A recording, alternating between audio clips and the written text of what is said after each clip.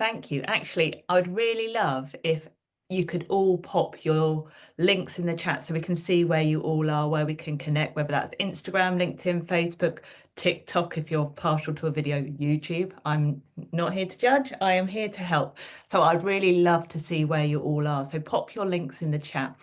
What I am going to do is I'm going to go straight into the presentation that I've got for you today because I want to give you as much information as possible and have enough time to answer the questions, because particularly with content, they're very, very specific to each person to answer, which I might not necessarily cover specifically as I go throughout this presentation. But what I want to do is give you enough things that will help guide you into creating content, and then I can come back to answering the questions at the end.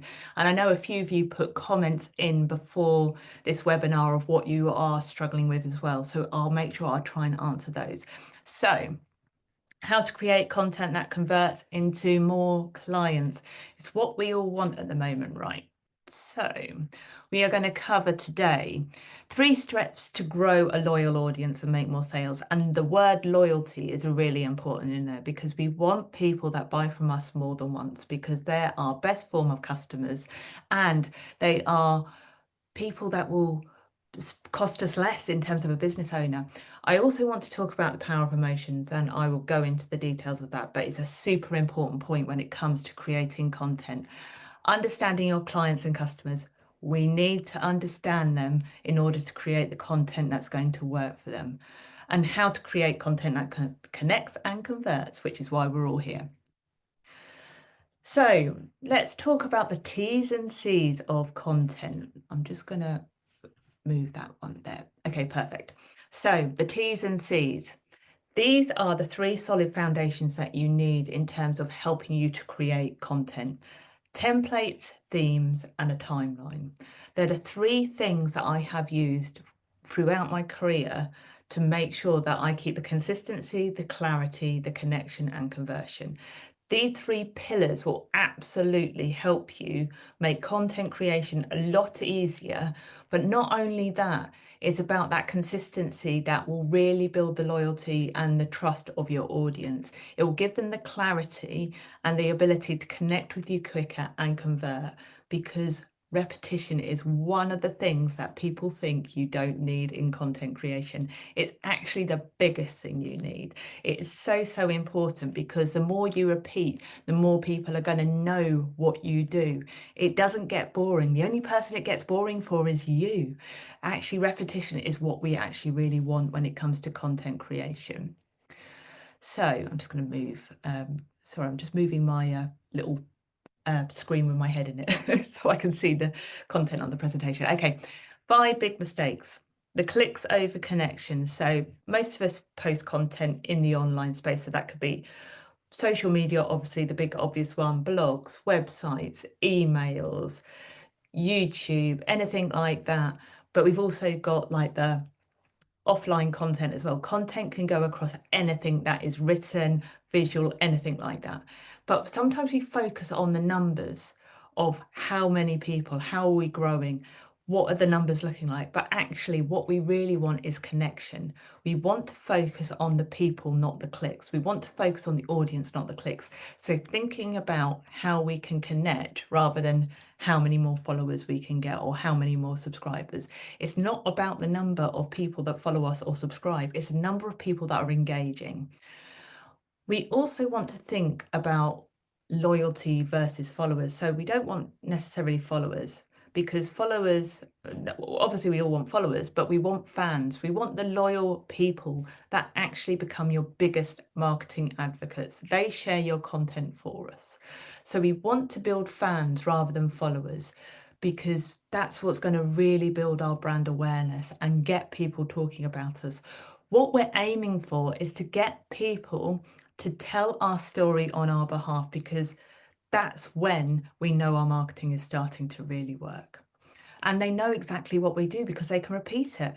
We're making it simple. Promoting the wrong things. And when I say the wrong things, I am talking about focusing on the products, not the transformation. We are not focusing on our services and we're not focusing on our products. We are focusing on what benefits our audience and what the outcomes they're going to get. It's not about what you're selling, it's about what they're going to get. And that's what we've really got to focus on, is understanding who our audience is and what they need from us in order to get the transformation. So that's where we need to think about our content. Not understanding audience behaviors.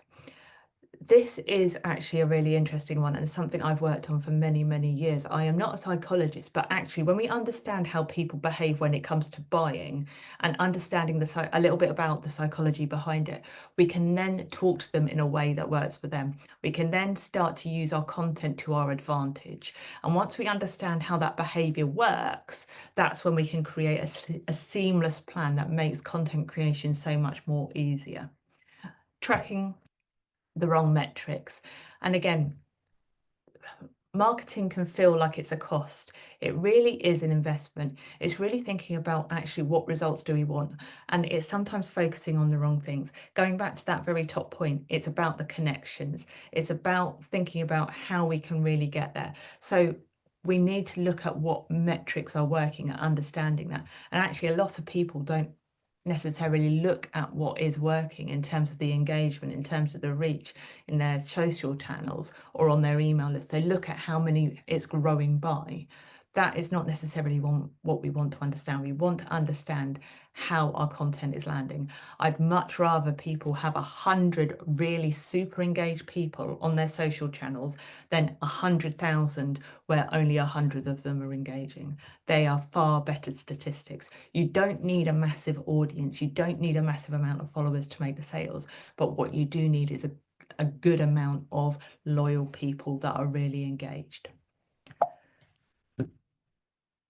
So just a real quick, I'm not going to waffle on about who I am because you can go and read my bio on the website. But I just want to give you a bit of an idea of how I know what I know and what I've done. So I'm actually a classically trained musician. My background is music. So I trained in music performance.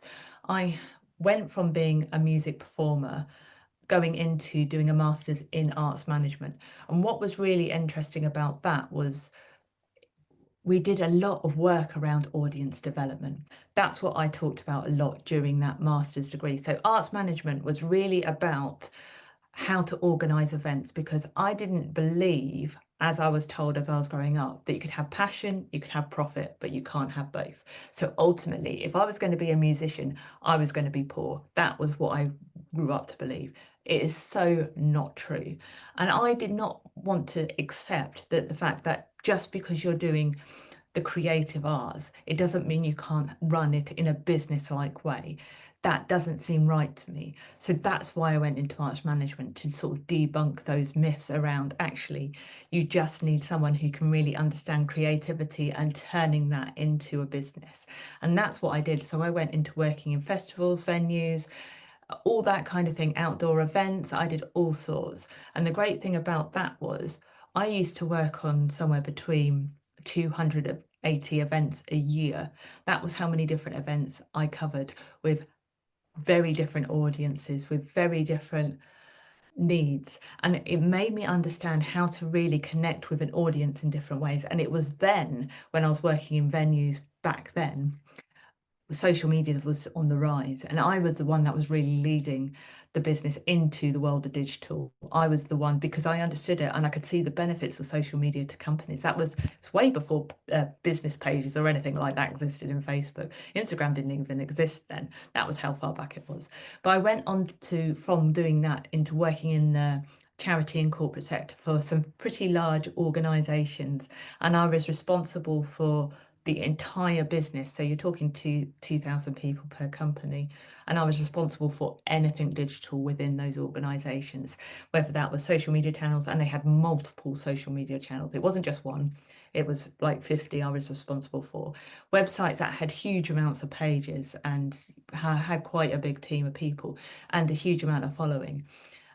My job being digital was pretty much anything that the organization did went through what my team did and what our area covered, whether that was branding, communications, business strategy, targets, all of that. my job was to take the top level strategy of the companies and of the business and translate it into something that built the loyalty and trust of the audience, that inspired them to take action. And I had to translate it in a way that talked to them rather than seeing it from the way the business saw it. So ultimately, I was a translator. And back in those days, it was also, I mean, it's grown a lot, but when I first started out in this, he only had 140 characters in Twitter. And I had to take quite heavy data and turn it into something that would engage people and inspire them to take action. So I went on from that to actually opening a cafe, bar and bakery. So in 2018, I quit my 9 to 5. I didn't want to do an office job anymore. I wanted to do something that I was really passionate about, and I love to bake. So I took all my skills and knowledge of brand marketing, communications and business strategy and opened a business, which was quite maverick at the time. Sometimes I look back and can't believe I quite did it in that way. But it wasn't, I could bake, but I wasn't professional by any means. But what I did know was how to grow a loyal audience, how to build a really great customer experience, how to build a brand, and how to really get visibility for my business. And they were the skills that were far more important to me than knowing how to bake, because there were people I could help bring into bake. I went on from that to open then the bakery, which I crowdfunded, and then 3 months after opening the bakery, we won Britain's Best Local Awards. So I have been running businesses for quite a long time. I closed the cafe bar at the beginning of 23, and I wanted to, when I closed it, I was thinking about what I could really do. And actually, I went back to my roots in the sort of marketing and content marketing world, which is where I am today, because I love working with business owners. I absolutely love business. I love getting inside a business. But where my skill set really lies is helping people develop content and marketing strategies that connect with their goals and turn them into loyal audiences, because I can really understand all about that kind of thing. So when it comes to content creation, there are three things that are, and building audiences, of course, there are three areas that you need to focus on. And I call this the ICE method because the word ICE is the word that fits. And I always like a little acronym and a name. So the ICE method starts with identifying exactly who your audience is. This work, the audience development work, knowing who your customers and clients are, is one of the most important things you can do in business. And I'm not just talking about what they want to buy and the problems they have. It goes much deeper than that, because that's how we can connect better. So when we are thinking about how to develop a content plan and content strategy that will really connect with our clients, we need to know who they are. Really know who they are, and I'll talk about that in a sec. So the first part of this ICE method is the identify, and that's where we have to go out and find them and attract them to our business. So they're not going to necessarily stumble across you in the online space. We have to go to them. We have to get in their spaces where they are, and that big part of identifying that will help us find who they are and what their problems are and how we can help them solve them.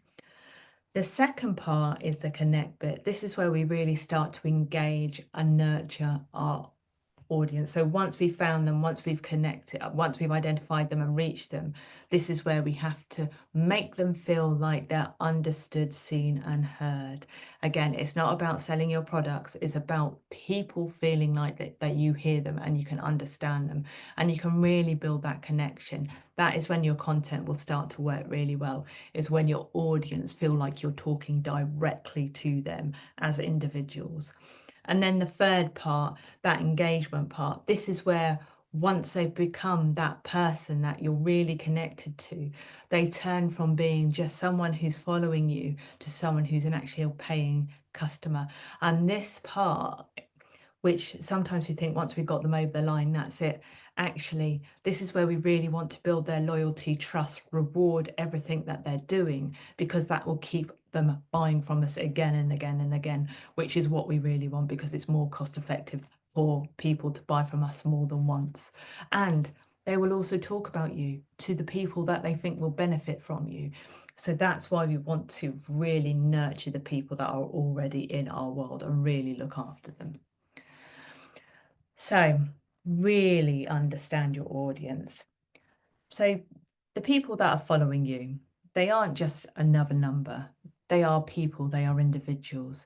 They have likes, they have dislikes, they have families, they have beliefs, and we need to understand exactly what is going on with them, who they are, what they do, what they like, what they don't like, in order to create content that will catch their eye, that will stop them from scrolling, that will make them want to sign up to your newsletter or scan that QR code.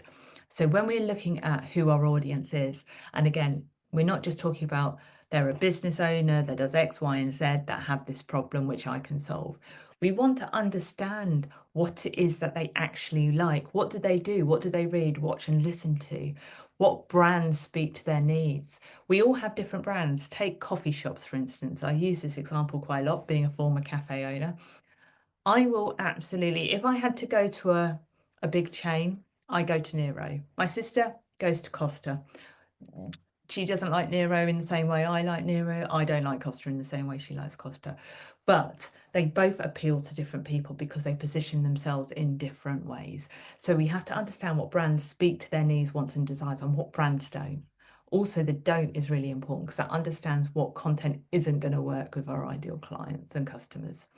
What is keeping them up at night? What's keeping them thinking in their head? What are the problems that they worry about? And what are those things that they are really concerned about? What are their current challenges at the moment? Not just in their own businesses but in their own lives.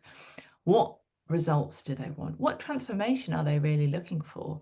What is it that you can do that will change the way they look at life, the way they think, whatever that might be? What and why do they buy? So where do they shop? What do they do? And what makes them want to buy? Why do they make that decision to buy? What are the incentives that really resonate to them? So, for instance, I will happily go and buy a really nice handbag. But if I go to Tesco and I find that there is a product that I would normally buy that isn't half price, I won't buy it. It's just the way that some people work, and it's understanding how and what we buy and how we buy that really helps us really position ourselves in terms of our content. And the final really most important point: how do they want to feel when they actually make that decision to follow, become your fan, and actually convert into a paying client? What feeling are they looking for? What is that emotion? And why is that important? Because 95% of purchases are made subconsciously based on emotion. We then back that up with logic because that justifies the means of what we really want. So we've got to talk to our ideal clients and customers' needs, desires, and behaviors. What do they really want? Because that is what's going to really connect us in terms of content. So we make around, I think, something like 35,000 subconscious decisions a day. So when you think of how many of those are actually based subconsciously in terms of purchases, we have to talk to the emotions of people. We have to understand what they are feeling and how we can connect with them in that way, because that will build a deeper connection with them. So before I get into content and really talking about the content that you should be creating and how you can help really connect with those clients and make more sales, I want to talk a little bit about the emotional stages of buying, because when we start to understand the process of how people make buying decisions, and if you never kind of taken note of how you buy things, and I'm not just talking about buying the shopping or paying the gas bill, I'm talking about the decisions which are either for your business, or maybe you're going out and buying a new pair of shoes or something that you wouldn't normally buy on an everyday basis. I'm talking about these stages of buying. When we understand what the different stages are, that's when we can really build the content that talks to this in terms of our ideal customers, where we can actually really make the content click and connect with them in a way that really able to build our businesses that suits their needs as well as our own. So the emotional stages of buying are in sort of 5 main key areas. The first one is the recognition. So you as business owners will know people have a problem before your customers and clients realize they have it themselves. You're going to know their problems because you're the expert in what you do. Many people will see that many business owners will see the problems way before their clients because they understand more about the subject area, because you are the expert in that space. So the first part of that emotional stages of buying is that recognition. And that's where a lot of our content in terms of attracting people will start to show them where their problems might be. So we're showing them a solution to a problem that they might not know they have, and raising their awareness in that. So it's thinking about how we can really get people to recognize the problems that they have. Once that recognition has gone from something of, oh, I didn't know I've got this problem, to I've got a problem, I need to fix it. The next stage, and again, look at your own behaviors in this, I need to find a solution. So they will look at where they can find those solutions. So that, in terms of your own content, is about sharing your expertise, sharing the information so that they can understand more about the problem they have and what they can do to fix it. The third part is there something better for me out there? We all do it. You know, look at holidays. How many times do you find a holiday and go, oh, I'm going to see if I can find a better one? We do it all the time. It's about evaluating the alternative. What options do I have? Is this really the best option for me? And that's where we start to deal with those doubts. We answer those objections. We really turn the solution that we've got into the only solution that they need. And that's where we can really break down that in terms of content. The fourth is the purchase. And again, understanding the emotional stages of buying really helps with this. What we want to do when it comes to actually people going from looking and thinking about buying to actually being buyers is we want to make it no-brainer. We want to layer those offers so they can kind of go, that's a really good deal, or I'll be stupid not to take this up. I am really going to transform my life or whatever it is by buying this.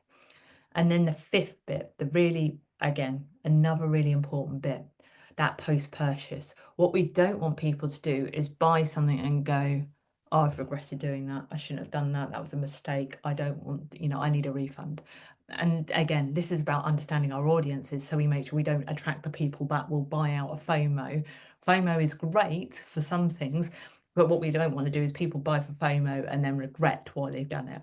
So once people have brought, that's where we really build that reassurance and confidence and build up that trust with them to know, make them feel like they've made the right decision in investing with us. So this is a really important point, because people don't buy what you do, they buy why you do it. There are hundreds of different people that do what I do out there. There are hundreds of people that sell coffee. There are hundreds of people that do hairdressing. It doesn't mean you can't be a hairdresser or sell coffee or be a content marketing person. But what it means is the people that connect with you is not because of what you sell, but because of why you do it. And that's the stories that we really have to tell.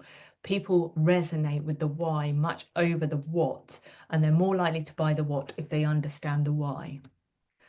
So I'm going to use example of one of my favorite sportswears, Nike. If you've never, I've talked about this, I think, before on one of my webinars. If you've never read the book Shoe Dog by Phil Knight, who actually started Nike, go and read it. It's a real inspiring journey of going into entrepreneurship, starting in the 50s. So if you've seen the film Air, this predates that. This predates the Michael Jordan era. But Nike don't sell sportswear. Well, of course they do. They sell shoes. They started with running shoes. That was the thing that they really started with. But what they actually sell is a belief system. They sell empowerment. They actually appeal to the intrinsic motivations of their audience. It's much more deeper rooted than just selling shoes.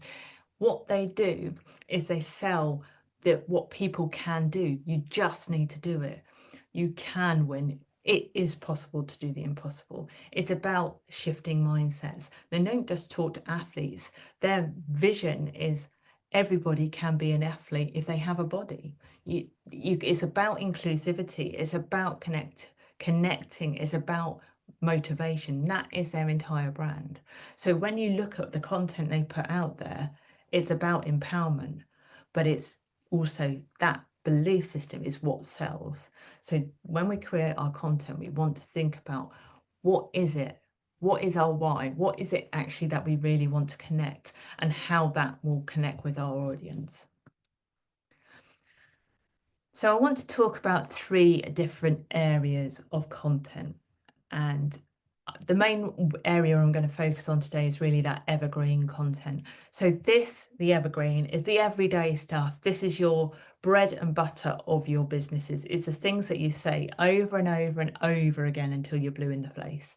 If you're bored of it, good. That's where you should be. Particularly at the moment, the climate is super tough. It's really tough, particularly in the online space. We have come through a really turbulent time and we're still in it right now. And what I see a lot of the time is business owners starting to throw out random bits of content, which, because they're getting the desperation of needing to make sales, but actually the effect is the wrong thing to do, because their audience is getting completely confused as to who and what they do. What is really going to grow is that consistency. So the evergreen content is the most important thing you can be doing right now, repeating the stuff that you say over and over and over again, because that's going to build the new know, like and trust factor, and people will be able to go, oh, I recognise Naomi, she does content marketing, I'll go to her. That's what we want people to do. Look at all the big brands. They have said the same messages over and over and over again for years, and that's what we know them for. They don't change that. Sometimes they evolve their brand, sometimes they have new ad campaigns, but the underlying evergreen content that they share is still the same, and that's what we need to build. The second type of content is when we're launching. So whether that's a new product, a new service, maybe it's like, I'm going to be launching a new podcast. But when we are launching, we do a different content plan for that particular thing, because when you are launching something, you cannot talk about it enough. People get worried that they send too many emails, they're putting out too many posts, and they're ultimately going to annoy their audience. But the audience don't see everything you put out. In fact, you watch TV advertising, the reason it's one of the best forms of advertising is because it repeats over and over and over again. Same with radio adverts. You don't necessarily hear it properly the first time. You kind of, it's in the background. You're not taking note, you're not really watching it. But come along the 7th time and you're starting to be more aware of what it is and get curious. So when we are launching something, we talk about it over and over and over again. And then the third is the opportunistic.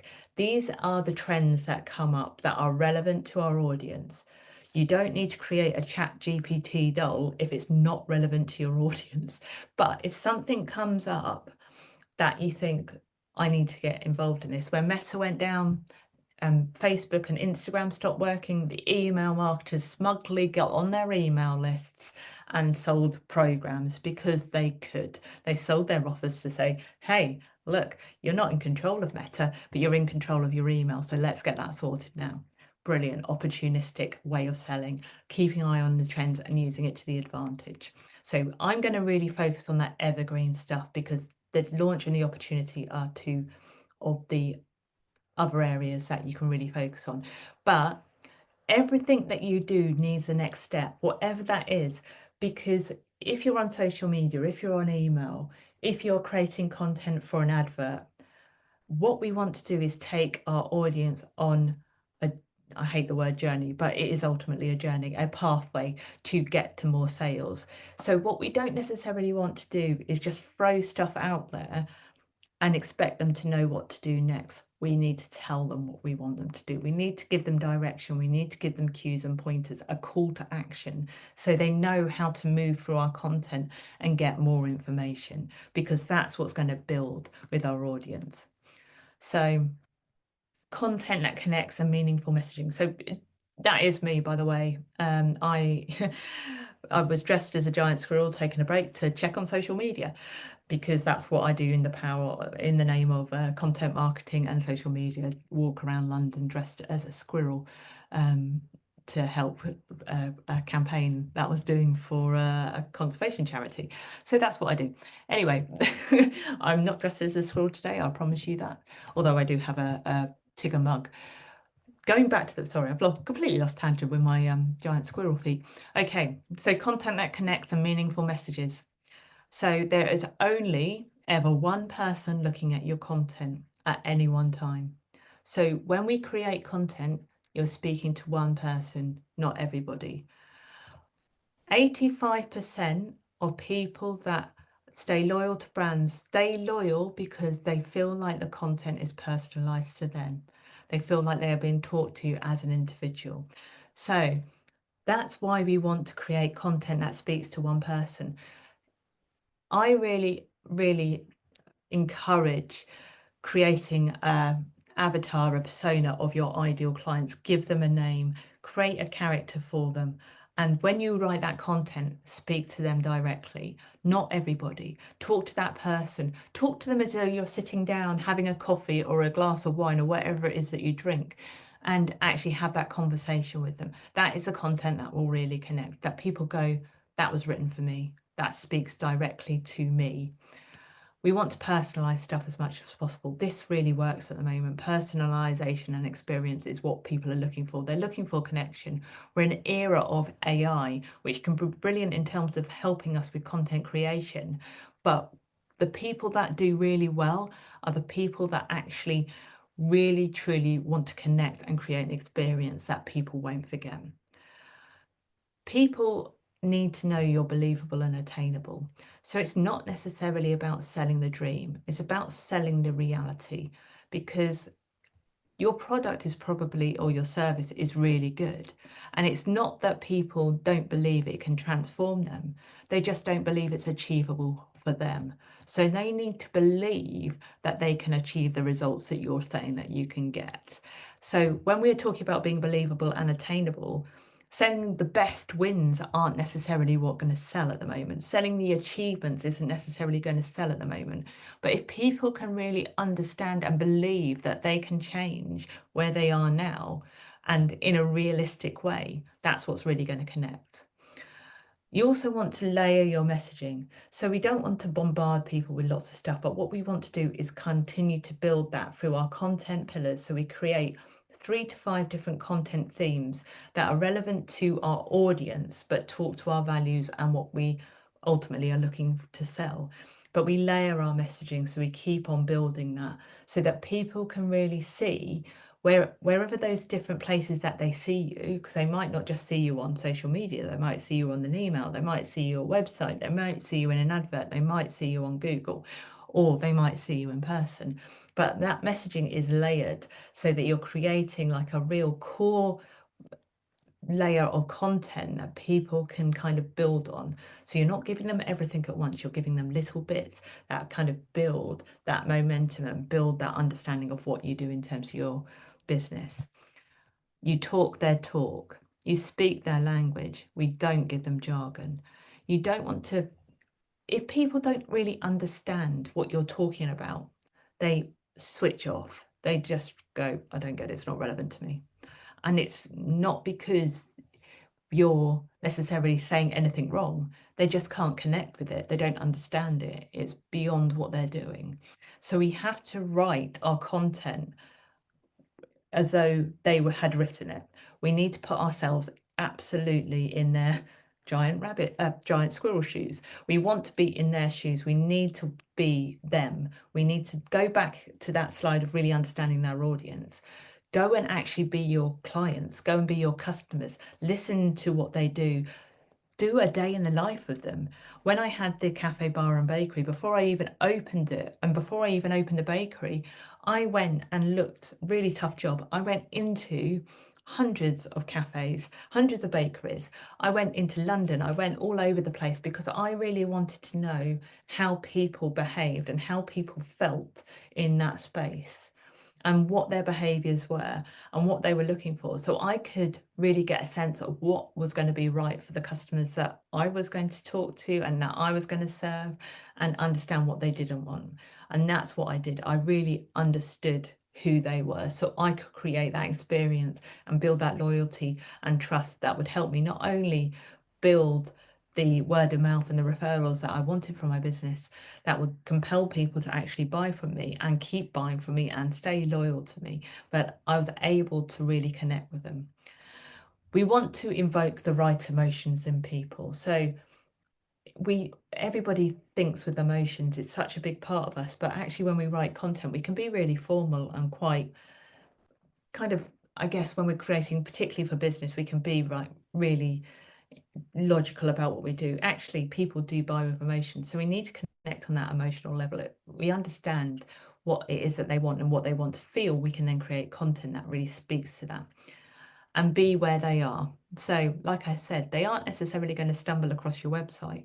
We need to get into the spaces that they are. We need to really know where they hang out, where they are, and put the right content in the right format in front of them and connect with them. So let's take social media, for instance. The name is in the title, it's social.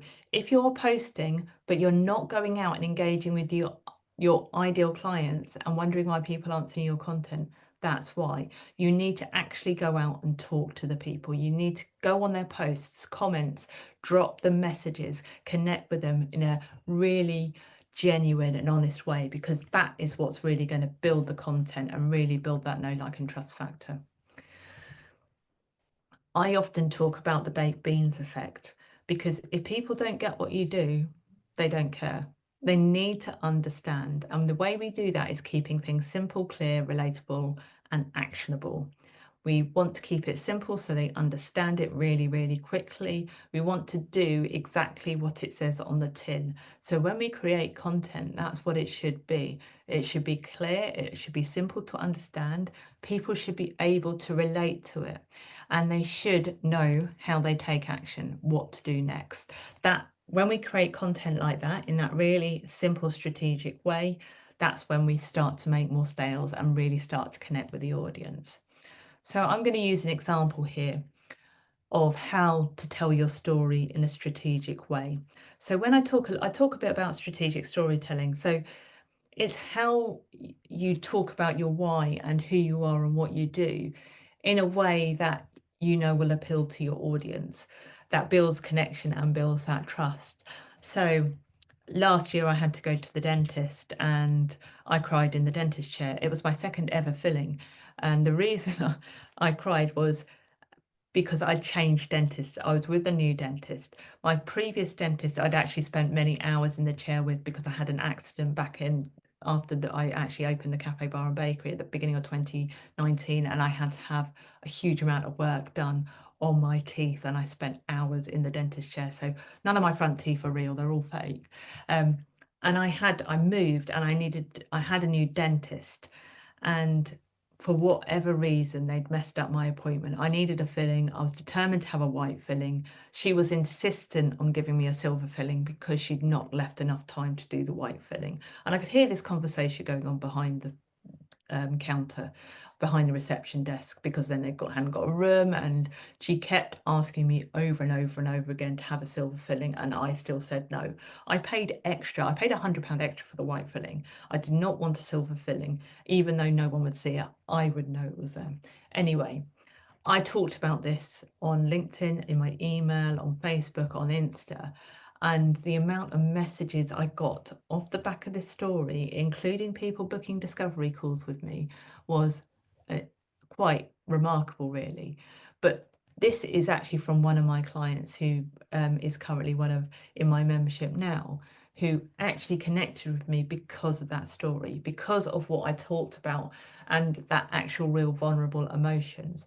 It actually encouraged people to tell me their fears and their traumas that they'd had in the dentist. So I know a lot about people's oral hygiene, but actually it was really that story, that me telling them of how experience and customer experience is super important, and understanding how you make people feel is what really connected people. It wasn't necessarily that message underneath it, which was about that customer experience. It was about the reality of sometimes, you have to be brave and do things that you don't like to do. That's what people loved. So marketing is no longer about the stuff that you make, but about the stories you tell. We all remember stories. We all want to tell our friends stories of what's going on in our lives, of what we've heard, of fun facts. My husband loves a fun fact around the dinner party. But when we can give people stories to tell, they're more likely to tell it for us. So when we're creating content, we want to think about how we tell the story of our why that connects to our audience. Now, this is one of my favorite coffee brands. And being a coffee lover myself, when I closed the cafe and I moved from my local community up north, so I now live in North Yorkshire, I wanted to find a really good coffee brand. I had an existing coffee company that I worked with, but they literally they decided that they were going to up their prices by a third, which is fine, that happens, but they did it in a really bad communicative way. They sent out a really bad email. They didn't give you any notice. They cancelled subscriptions. It was a really poor customer experience. And being the person that I am that really values the power of good customer experience and customer service, I cancelled it. I thought, you know what? You don't want my customer, and you've certainly gone about this completely the wrong way. So I went to find another company, and this was when I found Rave Coffee. So if you're a coffee lover, go check them out. They are really, really good. They are actually down the road from where my dad lives in Cirencester. But what I love about what they've done is they talk directly to me. So the things that I want is a good quality cup of coffee. I'm looking for bean to cup. I want a subscription service because me remembering to buy coffee, it just won't happen. I am terrible. Everything has to be on subscription these days for me because that's my buying behavior. So they understand me and my values really, really well. I need coffee delivered quick. They literally deliver it within a day or two. So it turns up so that that message never run out, always wake up happy. If I've not had a coffee, you do not want to be around me. I am absolutely a coffee lover through and through, but they also speak to my values, sustainable, fresh and convenience. Not only that, what they have done is when the coffee arrives, they send it in beautiful packaging, which is branded up so that it takes you on to a next step, a call to action. And they reward you for being a customer. They give you more. They tell you more about their story and they make you feel like you're part of a bigger community. That's what they're really good about. So, what do? First thing I do is I go on social media and talk about this wonderful experience. Absolutely tagging them in. Best form of marketing that they can have. We love referral marketing. And now I'm telling you about it. So you can see how well that works. So that is thinking about a brand that really knows and understands the values of what people look for and the emotional stages of their buying and how to create that content that really talks directly to them. When we think about our content, we need to be aware of the personalities of our ideal clients and customers. So I am 100% red. I am in the red zone. That is me. When I look to buy something or I'm looking for a sales page, the things that I look for first is how much is it? How much is it going to cost? Can I see the price really quickly? Do I have to click through loads of forms? How easy is it for me to buy? Can I do this in 3 minutes? That's what I'm looking for. And once I've figured out whether that's relevant to me or not, I will then consider reading the rest of the details. That's how I look at things. I instantly will go, okay, I've got it. I don't need to have lots of information. What is it going to cost me? How long is it going to take? What results am I going to get at the end of it? That's what I want to know. I then might think about getting into the detail and go back to thinking about it. Whereas I know a lot of my ideal clients don't think like that. They want the detail. They want to go into the FAQs. They want to know exactly what they're going to get from the nth degree, mapped out really, really super clearly so they know what they're getting into. And they also want the reassurance. They're the ones that might think and might be on the fence. That's how they buy. So if I write content that is written for people like me that just think like that, I'm not going to connect properly with my ideal clients. So we have to understand the different personality types of the clients that we want to attract, because you might not necessarily want all these personality types.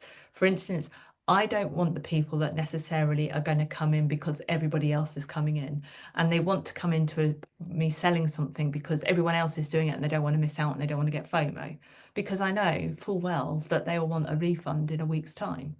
But that's because they are not my ideal client and they are not necessarily the people that are a right fit for me. We all get to choose who we work with and who buys from us. And how we do that is by creating the content that talks directly to them, that appeals to them.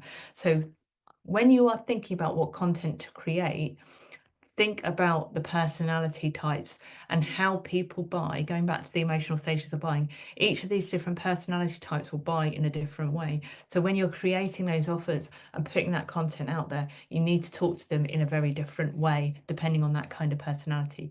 Like in the yellow, people will come into stuff because they're looking for the community, they're looking for the social element, they're looking for that power of, I want to have a party and how do I get involved with it? That's what they are looking for. So when you create that content, think of the people you are talking to, go back to that individual and what are their personality types.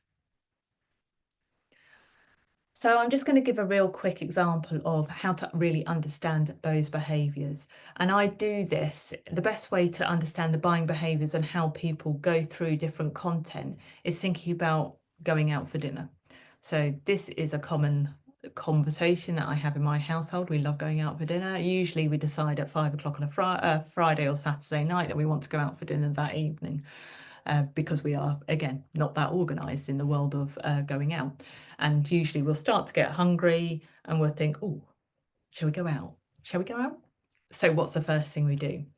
Go onto Google, restaurants near me, or, Italian near me. And we'll look within that 30-minute drive time. We don't go over 30 minutes, but we're looking in that 30-minute drive time. So we look at the location of where the place is based. Where is it? Where can we find it? How close? How long is it going to take to get there? Then what we do. So this is, again, understanding how people buy and what content and what format we want to take them through in that journey. We then go and read the reviews. So before we've even looked at the restaurant, we look at what everybody else is saying about it. We go and get that social proof, those testimonials, those things that are really telling us what people really think. But unlike before, where people would just read reviews and go, yeah, that looks good, let's go with it. People don't want that now. They want to know for themselves whether it's right for them. So they probably, if you're like me, will go in and look at the menu and look at the website. Go and have a look, really understand where we are going. So back in the day, before the world of the internet, you would just go to a restaurant and get the menu when you get there. Now we want to know exactly what's going to happen before we walk in the door. So we give people all of that information. So going back to that previous slide about the personality types, you can see where this is coming in. The next stage, this is really, really important. Make it so easy to buy from you that it makes it a no-brainer. So if I have to make a phone call to book a restaurant, I'm not going to do it. That's how lazy I am. So when we're thinking about the products that we sell, we want to make it as easy as possible to book. If you've got a one-to-one offer and people have to then book a call to then talk about it, is that going to put them off? Or there is another step, they have to fill out a form. That might be the barrier between them becoming a customer and actually not. So think about how you make it easy to book. If I've got to make a phone call to a restaurant, I won't, because most of the time I can't really understand what anyone says on the telephone. That's why. And also, I don't want to spend my evening ringing around people. I want to know whether they got availability there and then. Then once we've booked, it's then about the experience. It's about that in-house experience, what we're getting from people. Are the loos clean? I always judge a place on a loo. If the loos are clean, I know the kitchen is clean. That is generally that's generally what I think, the world of hospitality. It's about that experience, about those added benefits, because that experience when they are actually working with you or in your venue will feed into the final bit, the dinner debrief, the how was the food, what did you enjoy, what was the service like, what are you going to write on Google or tell your friends about, and how do they reward that loyalty? How do they make you want to go back again? That is the behaviours that we need to think about when we're working with our clients, is what stages that they would go through in terms of that. So use that example in your own businesses and think about how people travel through from being someone that finds you to someone that actually becomes a loyal paying customer that talks to people about it. And we can do that through our content. So this is the final slide. So how to turn clicks into connections. So this is taking people from being fans or followers into fans and buying customers. So everything we do when it comes to our content has a purpose. We're not just throwing stories out there. What we want to do is be really clear with our messaging. So we talk about the same things over and over and over and over and over again, because that builds awareness, recognition, know, like, and trust. We then want to build that emotional connection, tell the real stories, get people to know you, because that's what they're buying. They're not buying your products, they're buying you. And that's what they're looking for, is that real connection and that experience. And when we give them the simple solutions, we give them the easiest, fastest, quickest, best answers that they can get in terms of what we sell, because that's what people are looking for. They don't want to have to work hard to get results. We're lazy. We want it really easy, particularly in today's climate. So we show that for our content and we repeat it over and over again. Particularly at the moment, saying the same things over and over again is what's going to work the best, because that's how people get to know you. And I think that's it. So thank you everybody very much for listening, and I will be able to go through any of your questions now.